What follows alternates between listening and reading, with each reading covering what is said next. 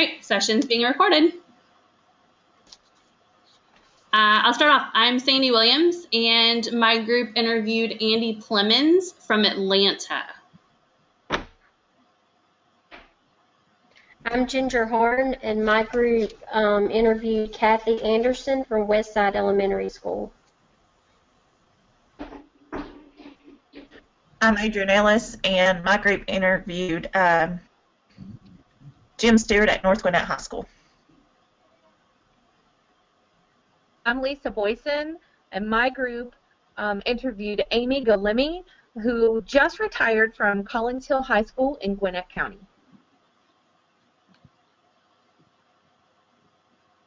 Is that everyone? I don't think that was all of us, was it? No, I think somebody was missing. I don't think we've heard from Lanier or Shanna.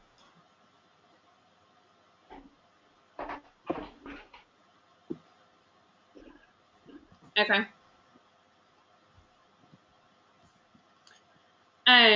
Were there any particular questions that stood out to you guys from the interview?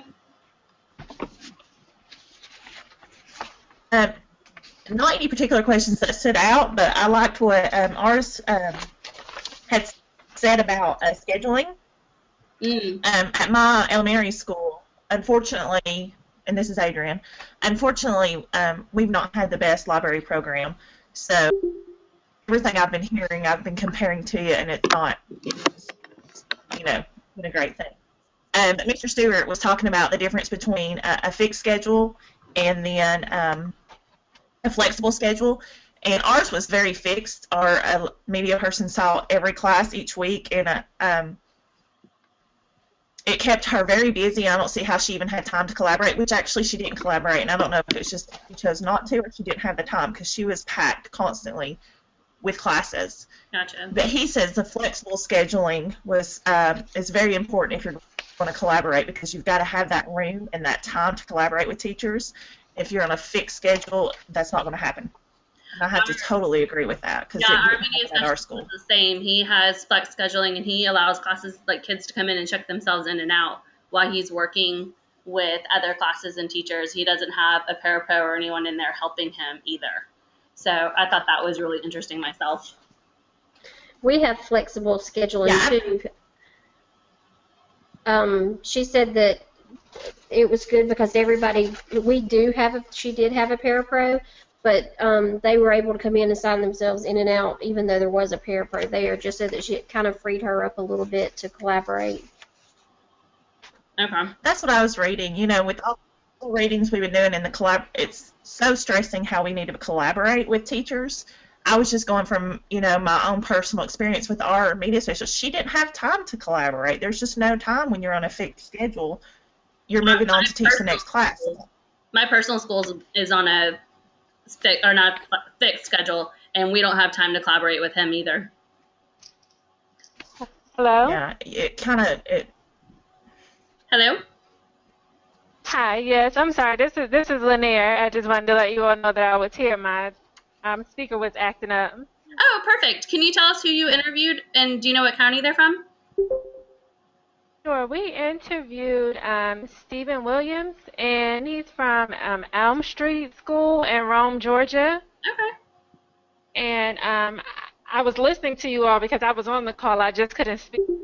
But he was also on a flexible schedule, and he was talking about how he really just couldn't see having to operate with a fixed schedule with all of the things that he has to do each day. But he said that teachers typically signed up for the same times and days each week, but he liked the idea of a flexible schedule as well. Yeah, that seems to be the common theme across the board with the scheduling. Yeah. So that's pretty cool. My personal section for questioning was budget, which I found was interesting that he got a set budget based off the number of students, which is typical, but he didn't have to allocate the money in certain categories. He got to spend how he saw throughout the school year. Did any of you guys do that with your media specialist? I did. She said she was able to, she had a fixed budget. She got $6,000 this year, but she was able to ask the teachers and the students for their input before she met with the media committee on deciding where to allocate those funds. Yeah, I thought that was pretty neat because then times. Yeah, Mr. Stewart was the same way. He asked for teacher input, which I think is exceptional because, again, at my school, we had no input in what was used for the what was used for the budget there. We never heard from our media specialist, so I thought that was awesome that the teachers had input on it. Yeah, that's cool. Mine, Annie really got into with the students too, and had them make like wish list of what they wish they could have within the media center. So I thought that was a cool way of allocating money as well. Yeah, we spoke with our media specialist about the budget, and he said he actually had 2 different budgets that he managed, and one was, I guess, from the state or money allotted from the state, and the other one was a school account. And he said it totaled like $5,000. So between that and then book fairs and the box tops, different things that he added, that kind of contributed to his budget as well. Oh, that's cool. He used box tops in his media center? He did. And he said he also gave like incentives for kids that completed or filled in the sheets with a certain number of box tops as part of his fundraising for the media program. That's cool. We use it for other equipment around the school, but never within the media center. Did anybody? We asked our media specialist whether or not she wrote any grants to use along with her budget, and it was kind of surprising that she said she really didn't. That she used to write them for summer school reading programs, but since the public library seems to offer that now, she doesn't really write very many grants, which was really surprising to us that she didn't. Yeah, ours didn't mention anything about grants either. He did book fairs to raise additional money, but that was it. Same thing here. Ours didn't he didn't say anything about grants either. Ours didn't either. Mr. Lemmy, the high school librarian that we interviewed, she said that to like kind of pad her budget, I thought this was kind of cool that she sold those senior yard signs, like congratulations such and such, and she said that there was a printer in the area that would do them for about $10, but she sold them for $25, and then the profit just went into her media center account, and then that allowed her to buy the things that weren't books, and then she could kind of lump the money and then make a big purchase. Another thing I thought was really cool is she said a lot of times she would figure out how much money she needed. She would save up half of the money, and then she would go to her principal with a plan, with a budget, and with half of the money, and then the principal would sometimes pay the other half so that she could get what she needed. Oh, wow, that's amazing. That's a great. That's what I thought. Yeah, ours said that she said always be ready to sell yourself in your program. That was one thing that stood out to me, and that's kind of like what you're saying, going to the administrator and saying, okay, this is what I need, and being able to sell it to him. Because someone asked her, did she have to justify her budget, and she said, no, you just need to be able to sell yourself in your program to the faculty and administration and the community. Well, being confident about your program and knowing how good it is going to take you a long way with other people that you're trying to help you raise money with. And the yard signs are a very creative idea. That's a great idea. Do you see the chat from? Yeah, I literally just saw that. Okay. So JLG said they don't have a mic and they'll have to type up their questions. Any comments you want to add into it, we can read it.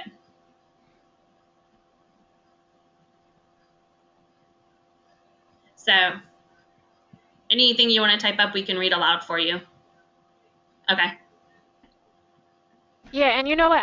Now that I'm looking back in my notes, I did see that our media specialist, he did identify one grant. He didn't say how much he got for it, but he said that every year he does, or for the past 3 years, he's gotten the Striving Reader grant. So that was one that he did mention. What does that grant do? Did he say? He didn't say an amount or anything. He just said that it added enough to his budget for those years to add to the collection. Okay. Did they? Go ahead. Did anybody else say anything about the book fair money and the contribution monies? She said would roll over from year to year. He didn't mention that, but they said it was right there at the school, so I wouldn't see why it wouldn't roll over. It was the district money that he had to spend in full, so he didn't lose it. Right. Mr. Stewart said that he pretty much got enough money to do what he needed to do each year. He could always do more, but he felt that he got enough funds from the county or wherever the budget came from that he was very happy with what they got. Did he say how much he got? So I don't guess he needed to. I think he said $3 per student. Oh, that's Let me pretty make sure. Yeah, $3 per student, and they have a pretty big school. Yeah. So. Ours really didn't know a money amount, but she knew that it allocated for about 20 books per child. That was the way they figured it. Wow. Wow. Mr. Plymouth got anywhere between $6,000 and $7,000 a year from district, and then with book fairs it was about $3,000 additional dollars. And he was also happy with his budget, but he said there could always be more done, of course. Shanna said that their book fair money does roll over. However, the media specialist did not mention it that it did, but she knows it does. Gotcha. Thank you, Shanna. I'm thinking high school. With the Well, I think I read somewhere that the elementary media specialists would receive more money, but I don't live in Gwinnett County, but our Ms. Golemi said that her proposed budget was $24,000. So I don't know if she just works in an extra special school or it's extremely huge or. Wow, that is a lot of money. That seems like a lot more money than what you guys are saying. Is that for high school, you said? High school, yes. Wow. I'm on the wrong level. I read somewhere that elementary gets more per student than middle school and high school. You said the person was from Collins Hill High School? Yeah. Yeah, it's a pretty Collins cool school. My husband graduated from there. Awesome. Well, my particular section, this is Lisa, my particular section that I wrote the questions for and wrote the narrative part for was professional organizations. And I was interested in the fact that Ms. Golemi said that she had gone to so many more conferences, but of course, you know, budget cuts have kept her from going to very many. But one of the things that she did say, she said that the new Georgia Educational Technology Conference, and I'm just going to throw out the GAETC or something like that, she said she's gone for the past few years, and she said it has been absolutely amazing, the new technology conference. And she also said she goes to the National Councils of Teachers of English, and she said it was like 2 days of rock stars. She said it was like people that you only dream of meeting were there and presenting and signing books, and she said it was just amazing. So she said that not only does she just go to the media specialist conferences, but she tries to go, like I said, to the National Council of Teachers of English and also technology. That's cool. With all of those, that is cool, but does she pay for those out of pocket because it seems to be going to a lot, or does her school pay for her to go, or did she say? Well, she did say, I think, that her school pays for her to go, which is why she doesn't go to as many as she used to, because they've kind of, you know, put a limit on what she can do. But I also thought that this was pretty cool. She says that she's met so many people and they attend together like they've become friends, that even though she just retired, she was still going to go to the Portland conference of a group called YALSA, YALSA, which is the Young Adult Library Service. She said that she loved that one so much, she was paying to go to Portland herself this summer for that conference. Oh, wow. Yeah. That's really dedicated. That's very dedicated. My media specialist, Andy Clemens, he also went to the International Tech Conference, and he said he didn't go to it every year because it was so big. But Mine also, Mr. Stewart, is part of that one. I think that's the biggest one. I think that's where most people go to. Yeah. He said it was huge. Mine was a member of the Delta Kappa Gamma and the Gamma Lambda. And she said she was, she had also presented at UGA for the book awards. And that she had attended several conferences in Jekyll Island. Nice. That sounds like fun. I know. I was like, nice. I'll go to Jekyll Island. We're going to Jekyll Island next week, actually. That's where we're going on vacation for. We just got to St. Simon's. We asked her about professional development on the in-service, you know, how she discussed copyright and things like that. And she said that she called it media center moments at the faculty meetings, and that she would try to present a few things there. But she said it was kind of hard to make sure that they had time to get everything in and to keep everybody informed. Yeah, our media specialist, he actually said he was able to, he had a faculty meeting that was, he was able to present and talk about copyright things, and I guess he said his biggest challenge was really just enforcing it or trying to get people to really adhere to the copyright laws. He said he could give them the information all day, but just with the school budgets and everything, that it was hard for him to really, I guess, enforce it or manage it.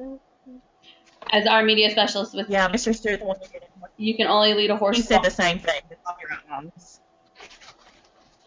are hard to keep teachers from copying books and stuff and making them in their classrooms and stuff. It was very hard to keep them from breaking the copyright laws. Shanna just put that Chris Parker is a member of the GLMA. Oh, my guy is too, and the AASL and the ITC.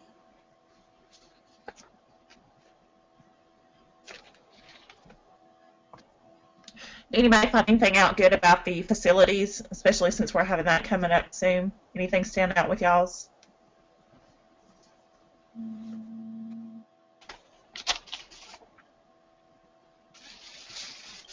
I think the Collins Hill librarian, Ms. Golemi, she just said to make it inviting. Just make it a place where kids want to come and the other teachers want to come and bring their students. And just, you know, make sure that people feel welcome, just a warm atmosphere.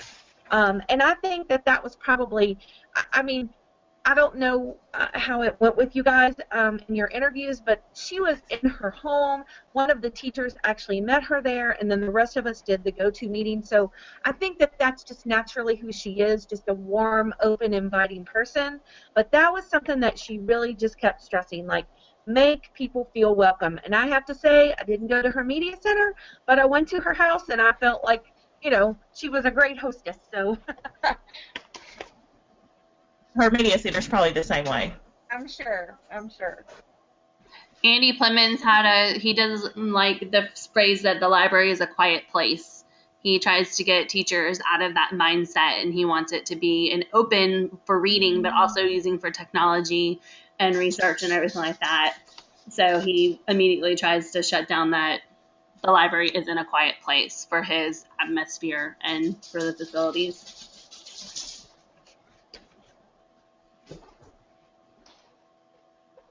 Oh yeah, Mr. Stewart made sure that he's got a place for the teachers to come and collaborate with him in the library, have all the resources available for the teachers, have a small teaching area for small classes or for the teachers to come in with him, and then other areas that's, you know, that they could, it wasn't just one big open space. They had different places they could go for the needs that they needed or were created for them.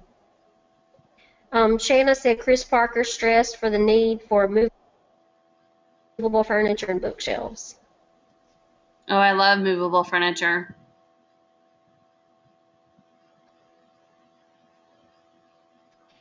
Miss Anderson said something about that too, about making sure that at a certain age levels that they could see over the shelving, or make sure it was double face shelving so that the books didn't, when you pushed in books on one side, they didn't fall out of the other side. And she said that she liked having the carpet in the room other than tile because she said it was quieter in there. Yeah, Mr. Stewart also stated that needed lots of different kinds of lighting depending on where in the library you were. You know, he needed low lighting for when he had the LCD projector being in use, and other lights, brighter lights, you know, for them to read and things. So the lighting was very important to him.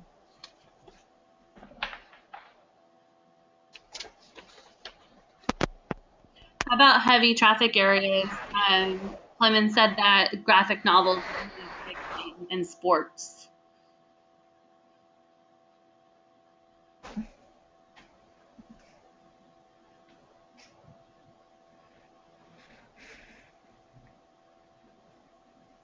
There's a computer lab with 15 computers in the facility for Miss Anderson's media center, and I guess I'm from a small school and we don't have any computers. We have like 5 for AR, but it's kind of like she had a computer lab built into the media center for them to be able to do their research. Yeah, Mr. Stewart had that too. He's got a computer lab attached to his that had 34 student computers, and then he said he also had an extra auxiliary room that had 32 computers in it. So they have a lot of technology. Well, it must be a large media center.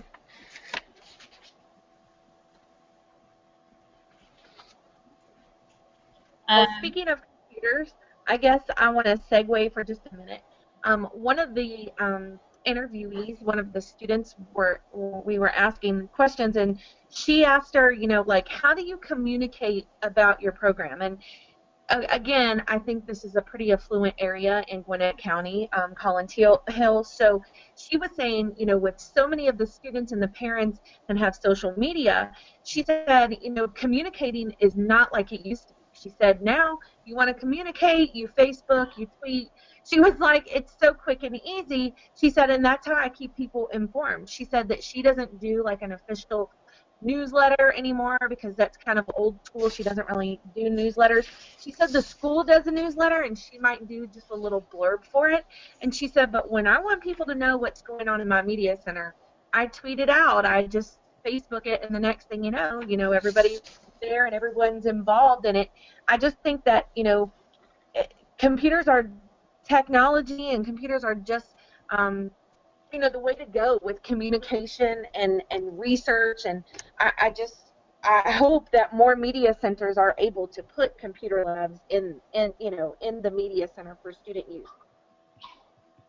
I would agree with that. Annie Plemons said that they only have about 4 computers within their media center, so they definitely want to get more for that purpose.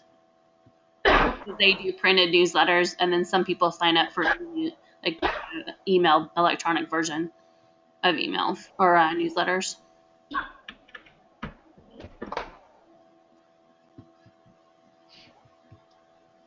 Shanna said Mr. Parker said he does newsletters, however, he just puts a little link on his website. And Miss Anderson said she did the same thing. She used the school website a lot.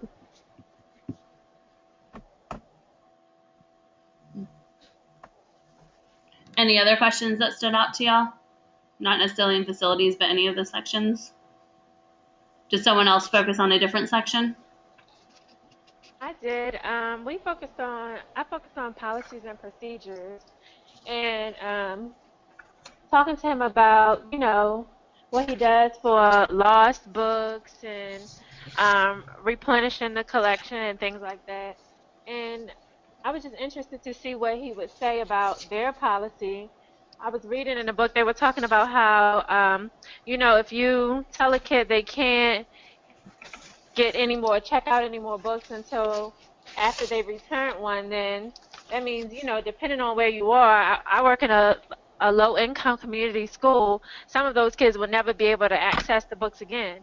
So he said that his school was pretty strict about making sure that the books were returned, and they can only check out one book and they can't check out anything else until that one is returned or is purchased. He said they don't have any late fees or, overdue book fines, but they are really strict about just making sure they hold on to keep the items in the collection that they have. It's kind of cool to see the difference between that and then Andy Clemens with them having the flex schedule and the kids checking themselves out, that he's not strict about that, that if a book is quote unquote missing because it didn't get checked out, he just marks it lost in the system, and then when the book gets checked back in or brought back, it just gets added back to the system. So it's interesting to see the differences in how people handle that strict of having things on the shelf like that. Yeah, that is pretty interesting. I know my personal school, we don't allow, if they have a book overdue, we don't allow them to have another book. Miss Anderson said that, usually there's 2 weeks. They'll say you can keep your book for 2 weeks. She said they're really flexible about that. If there's not another student asking for the book, that they will allow them to keep it longer. Not that they go around and say, okay, your book's overdue and we'll pick it up. But she said if someone's asking for the book, that they do, ask them to bring it back. But most of the time, she said as long as they need to keep it, they'll let them keep it.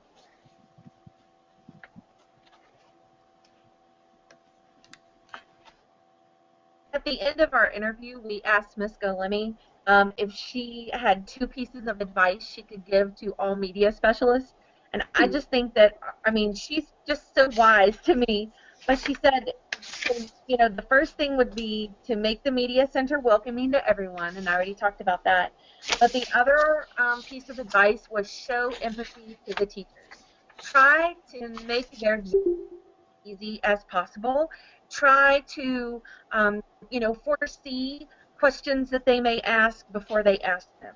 Just try to, just do what you can to make the teacher's job easier. I've only been out of a regular classroom for 3 years. I am now the gifted resource teacher, and hopefully we'll be moving to the media center soon, but I appreciate that because I feel like a lot of times the people who have the special jobs at our schools, they kind of get those special jobs and then they forget what it's like to be with kids all day, every day, and not to be able to take a lunch or go to the restroom or, any of the things that homeroom teachers do. So I really appreciated that, she was really looking out for teachers, and her advice to us was, to continue to do that, be friends to the teachers. That's great. Yes, that is great. One thing that she suggested, that Miss Anderson suggested, is that she said it's important for us to be a part of a professional organization. That was one thing that she left us with, is, along with, the library being inviting. I think a lot of them said that, but she said that it was really important that you stayed a member of these professional organizations as well. And I don't think we've talked about this, some of the activities that helped involve the community. She said that they would have the day where parents or people from the community would come in and read to the students. But she said that she's also had slumber parties. That's fun. And ice cream socials in the evening, and they'd come dressed in their pajamas with a stuffed animal and would sit down and listen to people read. She said those went really well as far as bringing the community in for involvement. Absolutely. I would do that. I would too. That sounds really cool. A great idea.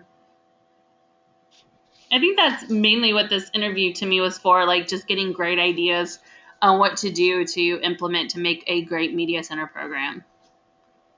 So, and hearing from different media center specialists, like talking about this discussion, it definitely helps to see some of the differences, but some of the similarities too, to make them exemplary like they are. Right. how some of them have a lot of computers and a lot of technology where others, are limited and only have a few computers. There is a big difference there when it Yeah. comes to technology. But both still able to strive and achieve what they need to within the school with their students. Right. So I think that's great. Does anyone have anything they want to add about their interview?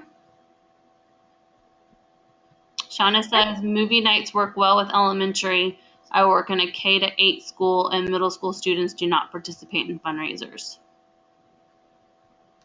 I could see that. Middle school tends to be a little more standoffish with school functions. Yeah.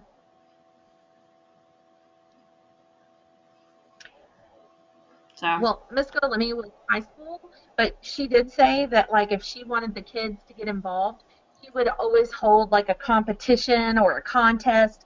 And she said that even the high schoolers, like getting little prizes, or they like, knowing that they won a contest or a competition. And she said that that's how she really increased the student involvement in her school. That's interesting. Make anything into a competition, people are all over it. Exactly. Especially that age group. Yeah.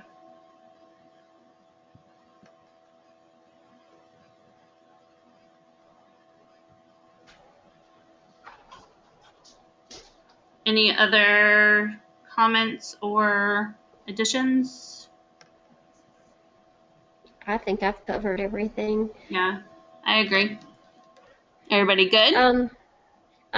Shanna just put, did any of your media specialists say how they communicate with parents who speak a language other than English? And mine did. Let me find that. Give me just a second. That's a great question. Mine did not. He did not have a high ESOL population. The demographic makeup was pretty high with Hispanics within Mrs. Anderson's school.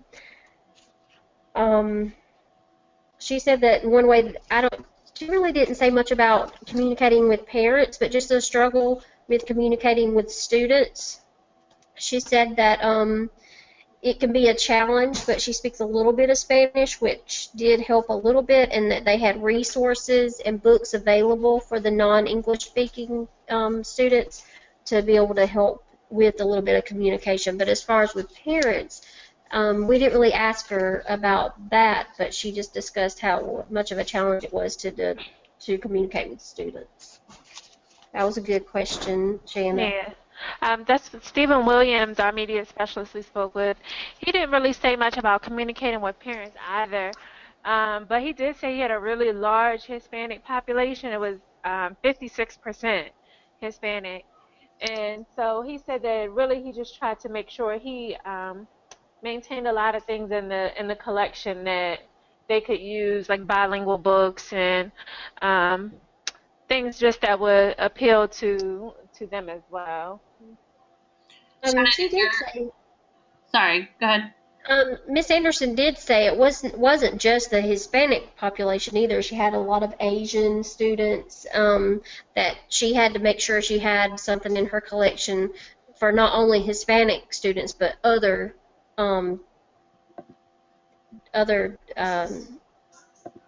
I can't even think of the word, ethnicities.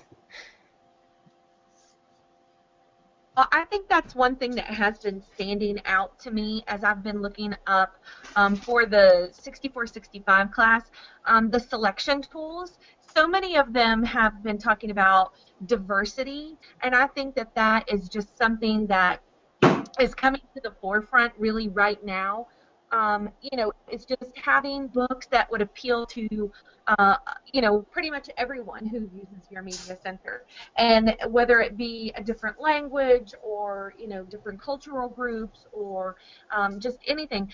I noticed that Hornbook and I think it was School Library Journal, both of them had a section just on diversity. So I'm glad that that question was asked and that we addressed the diversity issue. Shauna, did your media specialist say how they communicated? Was that an issue for their media center, or his?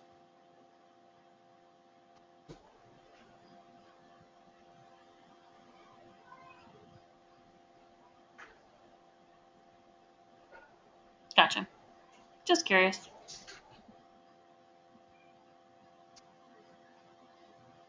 Okay. Anybody want to add anything else? I think I'm fine. I'm good. Everybody good? All right, I'm gonna stop good. recording then. Yeah, I'm good. I really did enjoy this assignment, though. Yeah, I I agree. did I too. thought it was a great one.